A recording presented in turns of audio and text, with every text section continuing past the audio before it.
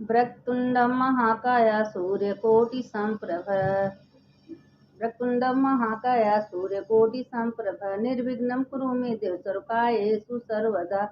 मंगलम भगवान विष्णु मंगलम गरुड़ध्वज मंगलम पुंडरीकाक्ष मंगलाय तनो हरि। गणेश भगवान की जय। देखिए कल एकादशी है। आज हम एकादशी का कथा कहानी आप लोग को भेजते रहे। कल आप लोग नहा धो के एकादशी कथा सुन लीजिएगा। कार्तिक महीने का परसों से भेजेंगे क्योंकि एक ही कथा भेज सकते हैं। तो आज एकादशी का भेज रहे हैं। कल एकादशी आप लोग कथा जरूर सुनिएगा। एकादशी का व्रत करिए ना करिए, कथा सुनने का बहुत बड़ा महत्व है। अगर कथा सुन ली तो आपको पूरा का पूरा पूरे मिल जाएगा।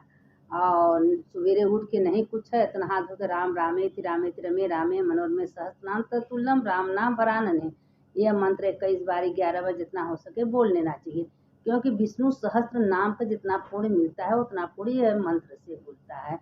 तो अब देखिए, अब 24-26 एकादशी का कथा तो आदमी सुन नहीं पाता है, तो इसलिए उसका नाम लेना बहुत जरूरी है। तो 26 एकादशी का नाम सुन लीजिए।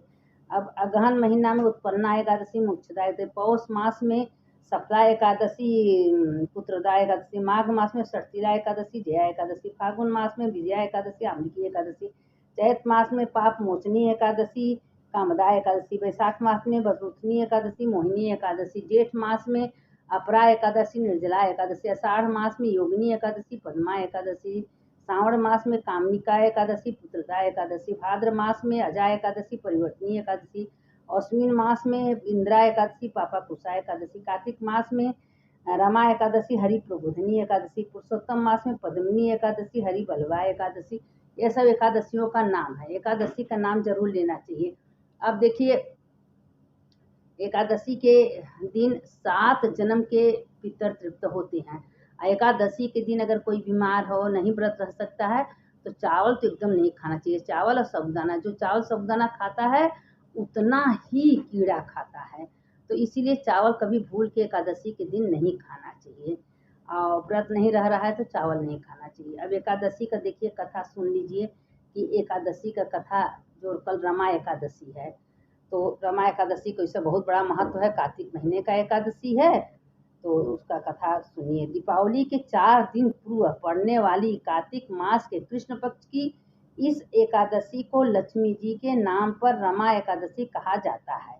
इस दिन भगवान विष्णु के पूर्णावतार कृष्ण जी के केशव रूप की पूजा आराधना की जाती है। इस दिन कृष्ण भगवान का आराधना पूजा की जाती है। इस दिन एकादशी का व्रत करने से जीवन में वैभव और अंत में मोक्ष की प्राप्ति होती है। धर्मराज युधिष्ठिर ने कहा, हे केशव, कार्तिक कृष्णा एकादशी का क्या नाम है, इसके व्रत की क्या विधि है और इसके करने से क्या फल प्राप्त होता है, सो आप विस्तार पूर्वक मुझसे सुनाइए। भगवान श्री कृष्ण बोले, हे राजन, कार्तिक के कृष्ण पक्ष की इस एकादशी का नाम रमा एकादशी है। यह बड़े बड़े पापों को नाश करने वाली है और असीम वैभव देने वाली है।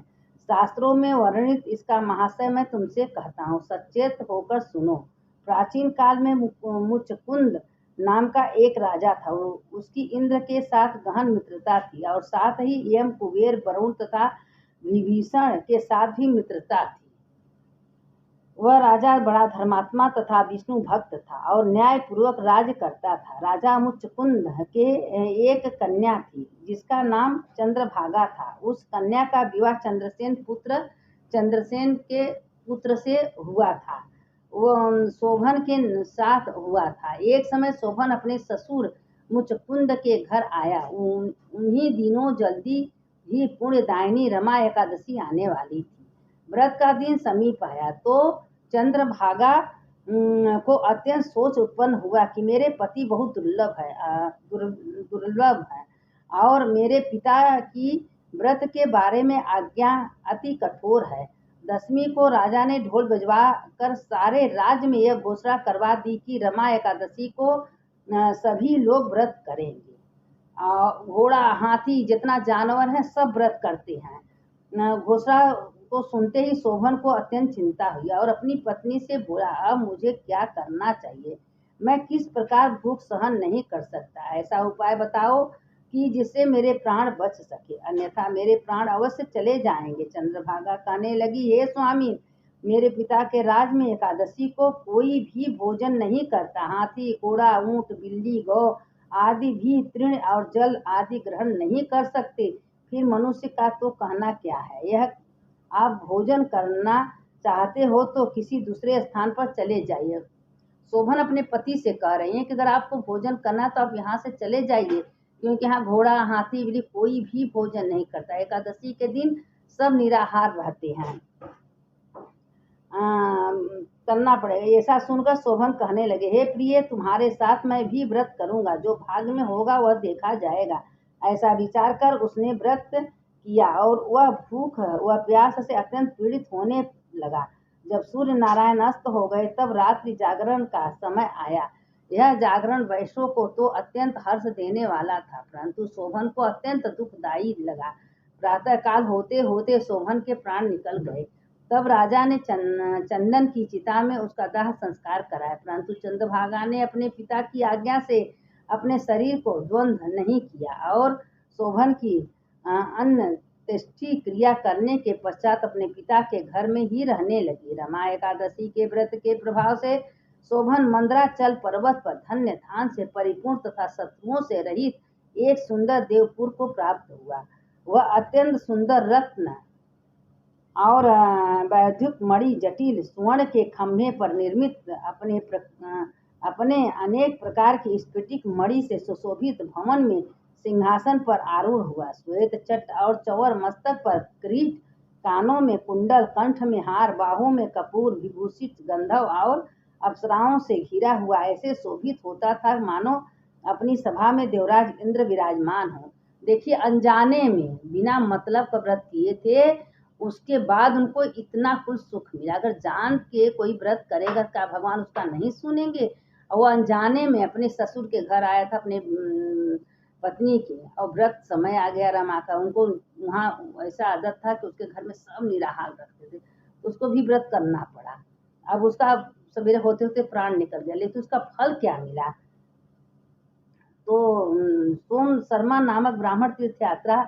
एक समय मुचकुंद के नगर में रहने वाले सोम शर्मा नामक ब्राह्मण तीर्थ यात्रा करता हुआ घूमता घूमता उधर जा निकला। ब्राह्मण शोभन को पहचान कर कि यह तो पहचान कर कि राजा का जवाई शोभन है, इसके निकट गया। शोभन भी उसको पहचान कर अपने आसन से उठकर उसके पास आया और प्रणाम करके कुशल क्षेम पूछने लगा। ब्राह्मण ने कहा कि राजा मुचकुंद और अपनी पत्नी चंद्रभागा कुशल तो है।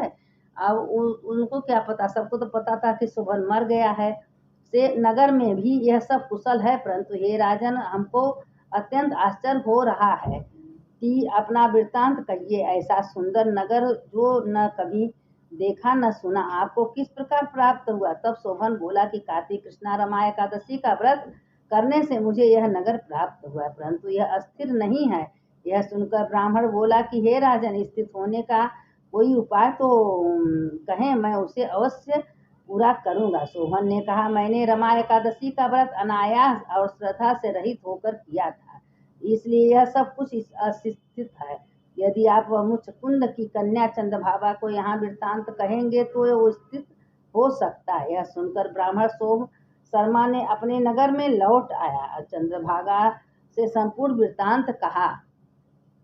नगर में आया और गांव की लड़की थी, उससे सारा वृत्तांत कहा। ब्राह्मण ने वचन सुनकर चंद्रभागा बड़ी प्रसन्नता पूर्वक ब्राह्मण से बोली, हे ब्राह्मण, यह सब बातें आपने प्रत्यक्ष देखी है, यह स्वप्न की कर नहीं रहे हैं। ब्राह्मण कहने लगा, हे पुत्री, मैंने महावन में तुम्हारे पति को प्रत्यक्ष देखा, साथ ही किसी से विजय न हो ऐसी देवताओं के नगर के समान उनका नगर भी देखा।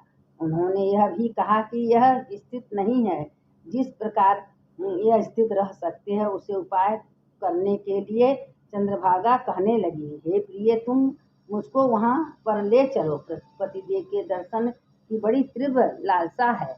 मैंने अपने किए पुण्यों से उस नगर को स्थित बना दूंगी। आप ऐसे उपाय कीजिए जिससे उनका और मेरा मिलन हो सके, तो आपको बहुत पुण्य मिलेगी। तो वो कह रही है शोभन कि हमको ले चलो, मेरे पति से मिलवा दो, आपको बहुत पुण्य मिलेगा। सोम शर्मा चंद्रभागा को साथ लेकर मंदराचल पर्वत के समीप वामदेव ऋषि के आश्रम में गया। वामदेव ऋषि ने उसकी बात सुनकर वेद मंत्रों से उज्ज्वल तिलक द्वारा चंद्रभागा का अभिषेक किया। तब ऋषि मंत्र के प्रभाव और एकादशी के व्रत से चंद्रभागा का शरीर दिव्य हो गया और वह अत्यंत प्रसन्नता के साथ अपने पति के निकट गई। अपनी प्रिय पत्नी को आते देख शोभन अत्यंत प्रसन्न हुआ और उसको बुलाकर अपनी बाईं तरफ बिठाया। तब चंद्रभागा ने कहा, हे प्राणनाथ, आप मेरे सभी पुण्यों को ग्रहण कीजिए, जिससे आपका यह नगर और राज्य स्थित हो जाए। जब मैं 8 साल की थी, 8 साल के वर्ष से मैं एकादशियों के व्रत को पूर्ण श्रद्धा पूर्वक विधि विधान के साथ कर रही हूँ। इस पुण्य के प्रताप से आपका यह नगर स्थित हो जाएगा तथा समस्त कार्य पूर्ण होकर प्रलय में अंत में रहेगा। इस प्रकार चंद्रभागा दिव्य रूप धारण कर तथा दिव्य आभूषणों और वस्त्रों से सुशोषित होकर अपने पति के साथ रहने लगी। हे राजन, यह मैंने रमा एकादशी का महाशय कहा है। जो मनुष्य इस व्रत को करते हैं उनका समस्त पाप तत्काल नष्ट हो जाता है, इसमें कोई संशय नहीं है। देखिए रमा एकादशी का कितना बड़ा महत्व है। हो जाता है। कृष्ण पक्ष और शुक्ल पक्ष दोनों की एकादशी समान है, इसमें कोई भेदभाव नहीं है। जो सभी मासों की दोनों एकादशियों के व्रत करते हैं और उनके महाशय को पढ़ते अथवा सुनते हैं, वे समस्त पापों से छूटकर विष्णु लोक को प्राप्त होते हैं, इसमें संदेह नहीं है। इस एकादशी का कथा मात्र से समस्त पाप नष्ट हो जाते हैं, इसलिए एकादशी का व्रत करने से के बाद कथा जरूर सुनना चाहिए। कोई भी व्रत पूजा कथा कहानी जब तक कथा नहीं सुनिए तब तक उसका कोई महत्व नहीं होता है। एकादशी कहानी, एक गांव में एक राजा थे, वो 2 शादी किए थे। तो बड़ी पत्नी से कोई बाल बच्चा नहीं था, छोटी से 2 बेटे थे।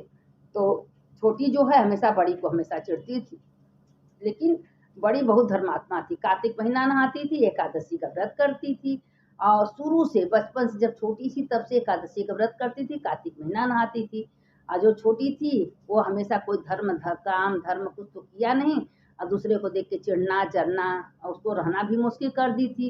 राजा उसके लिए दूसरा महल बनवा दिए तो अकेला महल में रहती थी और कार्तिक महीना नहाती थी। कार्तिक राधा दामोदर का सब देवी देवता का एकादशी कथा कहानी करती थी।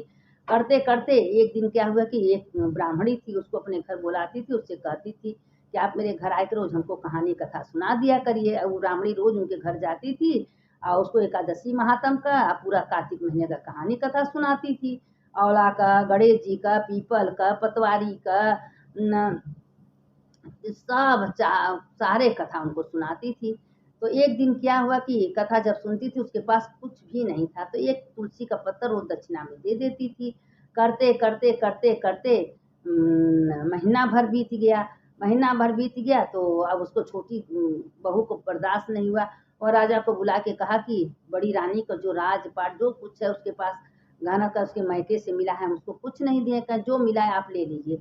अब बड़ी रानी को बुलवाए के राजा जो है छोटी रानी के इतने बस में थे, उसका सारा राजपाट गहना गिठो सब ले लिए। लेकिन तभी वो भगवान में इतना तत्पर भक्ति थी। देखिए जो भगवान के साथ रहता है, जो भगवान में रहता है, उसके पास तो कभी भगवान कोई चीज़ की कमी दे ही नहीं सकते, क्योंकि भगवान अंतर्यामी है, सब कुछ देखते हैं कि मेरा श्रद्धा कैसा है, मेरा विश्वास कैसा है, मेरा दिल कैसा, सब भगवान देखते हैं। अब उसने अपना क्या हुआ कि सब दे दी, लेकिन भगवान पर भरोसा विश्वास था। पुरोहित को उसको पत्नी को बुलाती थी, बस एक तुलसी का पत्तर देती थी, वो लिया के अपने किचन में इसी तरह रख देती थी कि तुलसी पत्ती हम करेंगे क्या। तो अब ऐसे करते करते जब पूरा कार्तिक बीता, राजा का पूरा राज में आग लग गया, सब जल गया, कुछ भी नहीं बचा। इतना तक कि राजा भूखे, सब प्रजा जो है भूखे मर रहे थे, उनके घर में खाने के लोग मोहताज थे, कुछ भी नहीं बचा। जब कुछ नहीं बचा तो जाके देखा बड़ी रानी के घर में, तो देखा हुआ कि तुलसी के पेड़ है, पौधा है, उसमें खूब सोना चांदी हीरा मोती लटक रहा है। जो पुरोहित को जो कहानी कथा सुनती थी उनको जो एक पत्थर तुलसी का देती थी वो पूरा सोने का पत्थर हो गया। अब वो ले जाके कुल बटोर के राजा को दे दिए, जो उनके मंत्री थे और मंत्री की पत्नी थी। तो दे दिए, कहें कैसे तुम्हारे पास है, कहें भाई जो बड़ी रानी के पास कथा कहानी सुनाने हमारी पत्नी जाती थी तो उनको दक्षिणा में एक तुलसी का पत्थर देती थी, वो लिया के किचन में रख देती थी, उसका कोई महत्व नहीं समझती थी और सारे सोना सोना हो गया। तो राजा कहें कि बड़ी रानी पास कैसे, ऐसा क्या चमत्कार, क्या कोई जादू है। तो राजा बड़ी रानी के पास गए, कहें तुम कोई जादू, कोई टोना, कोई टोटका जानती हो। कहे महाराज हम न टोई टोना न टुटका कुछ नहीं जानते, बस इतना हम जानते हैं कि हम कार्तिक महीना स्नान करते हैं, एकादशी का व्रत करते हैं, कथा कहानी सुनते हैं और वही राधा दामोदर का कथा सुनते हैं। राधा दामोदर की कृपा से हमारे घर में सब कुछ भर गया। राजा कहे कार्तिक का इतना बड़ा महत्व, कहे हाँ कार्तिक एकादशी का इतना बड़ा महत्व। अब राजा जो है तो अपना ढिढोरा पिटवा दिए, सबसे पूरे गांव में कह दिए कि भैया आज से सब कोई एकादशी का व्रत करेगा या कार्तिक महीना स्नान करेगा, कथा कहानी सुनेगा और फिर राजपाट वापस आएगा। बड़ी रानी के पैर पर गिर के क्षमा मांगे कि हम बहुत गलती किए, तुमसे सब कुछ छीन लिए थे, लेकिन तुम तो सत्य की देवी हो, तुम्हारे संग तो भगवान है और तुम्हारे घर में तो सब कुछ भर गया है, हम लोग भिखारी बन गए हैं। और छोटी रानी को भी अपने गलती का एहसास हुआ कि हम इतना पीछे पड़ गए थे, सब कुछ लूट लिए, लेकिन भगवान जिसके साथ रहते उसके कभी उसका कोई खजाना खाली नहीं होता है। उसके घर में संपदा की, पुत्र की, पौध की, घर में सुख शांति की कभी कमी नहीं होती है। आप 1000 कोशिश करिए मिटाने के लिए कि हमारे साथ अगर भगवान है तो मेरा कोई बाल बाका नहीं कर सकता। इसीलिए कहते हैं कि सारे दुनिया को छोड़ दो पर भगवान प्रभु राधा दामोदर को मत छोड़ो।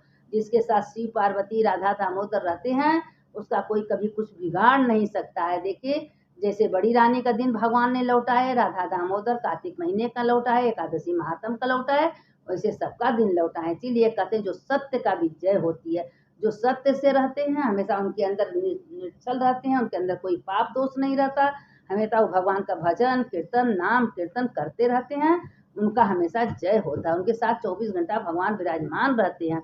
इसीलिए बार बार कहते हैं कि आप भगवान के नाम से उठिए बैठिए, सब कुछ भगवान को सौंप दीजिए, कह दीजिए हे प्रभु जीवन का भार तुम्हारे हाथों में है।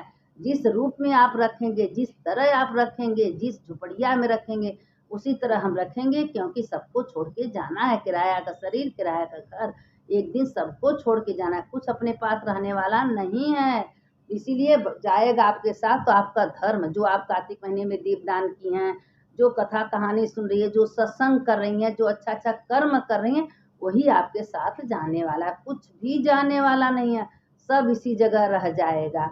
इसीलिए हमेशा चलते उड़ते, जीवन का कोई भरोसा नहीं है। 600 1000 सांस जो मेरा चलता है, कौन अंतिम सांस हो जाए कुछ पता नहीं चलेगा कि किस घड़ी मेरा अंतिम आ जा, किस दिन मेरा अंतिम आ जा। इसीलिए एक घड़ी व्यर्थ नहीं जाना चाहिए। 24 घंटा भगवान का नाम लेते काम करिए कि भोलेनाथ सब करा रहे हैं, सब आपकी कृपा से सारा काम हो रहा है। जो एकादशी का व्रत करता है उसके समस्त पाप नष्ट हो जाते हैं, उसके सारे पितर तृप्त रहते हैं, उसके घर में सुख शांति समृद्धि रहता है। सुनने वाले की जय, सुनाने वाले के। जो एकादशी का व्रत करना चाहते हैं अब प्रधुनी प्रबोधनी एकादशी इसके बाद आएगी। देखिए कल पारण तुलसी औरा का है, जो औरा खा के तुलसी लेके पारण करता है, द्वादशी के दिन 6 से 8 के बीच में पारण कर लेना है। तो जो तुलसी औरा का पारण करता है, देखिए व्रत से ज़्यादा महत्व पारण का होता है। पारण हमेशा मुहूर्त में करना चाहिए। तो 6 के 8 के बीच में औरा तुलसी का थोड़ा पारण कर लीजिए, उसके बाद तो मुँह में कुछ डालिए। जो ऐसा करेगा उसका एकादशी का व्रत का पूर्ण होगा। सुनने वाले की जय, सुनाने वाले की जय। अच्युतम केशवम राम नारायणम कृष्ण दामोदरम वासुदेवम हरिम श्रीधरम माधवम गोपिका वल्लभम जानकी नायकम रामचंद्रम भजे हम। हर हर महादेव, घर घर महादेव। सुनने वाले की जय, सुनाने वाले की जय।